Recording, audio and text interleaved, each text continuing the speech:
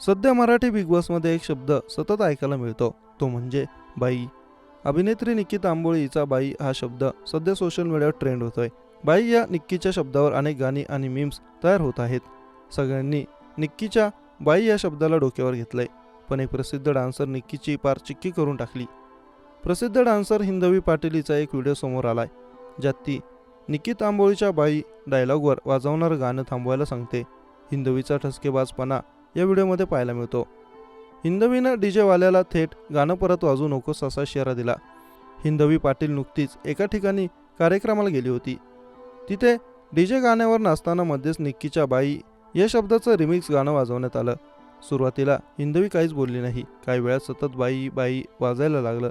त्यानंतर मात्र हिंदवीचा पारा चढला. तिने भर कार्यक्रमात प्रेक्षकांशी संवाद साधताना मध्येच डीजेवाल्याला इशारा केला. व्हिडिओमध्ये पाहायला मिळते, हिंदवी प्रेक्षकांशी बोलत आहे तेव्हा मध्येच डीजेवाला बाई वाजवतो.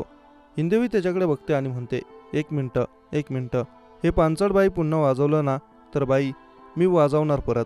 हिंदवी पाटील हिनं डीजेवाल्याला अप्रत्यक्ष इशाराच दिला, बाई बाई बंद कर, नाहीतर त्याचं काय खरं नाही असं हिंदवीला सांगायचं होतं. डान्सर हिंदवी पाटीलबद्दल सांगायचं झाल्यास हिंदवी एक उत्तम लावणी डान्सर आहे.